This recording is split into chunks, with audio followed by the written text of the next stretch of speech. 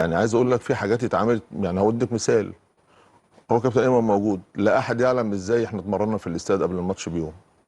الحمد لله بطريقه ما باسلوب معين، والقرار اتخذ في 5 دقائق. اللعيبه فوقت وجاز ان هو اتمرنوا في الاستاد في الملعب الرئيسي.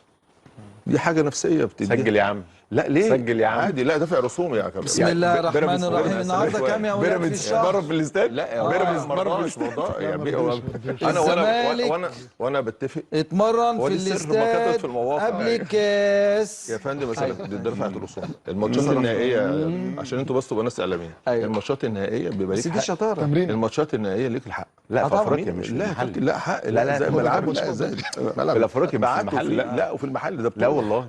لا محل ايه؟ هو انا يعني رحت جدعانه ولا دفعت رسوم؟ يعني انا في مثلا رسوم تدريب. ما انا لعبت طب ما بيراميدز. كان في حفله في اديني الاستاد من فرصه يومين. انا اسالك بس سؤال. انا لعبت مع بيراميدز في نهائي 2022. ايه ده؟ ما مرنتش في الاستاد ليه؟ انت ما كنتش براحه، انت ما مصحصح فكرتش بقى. فيها.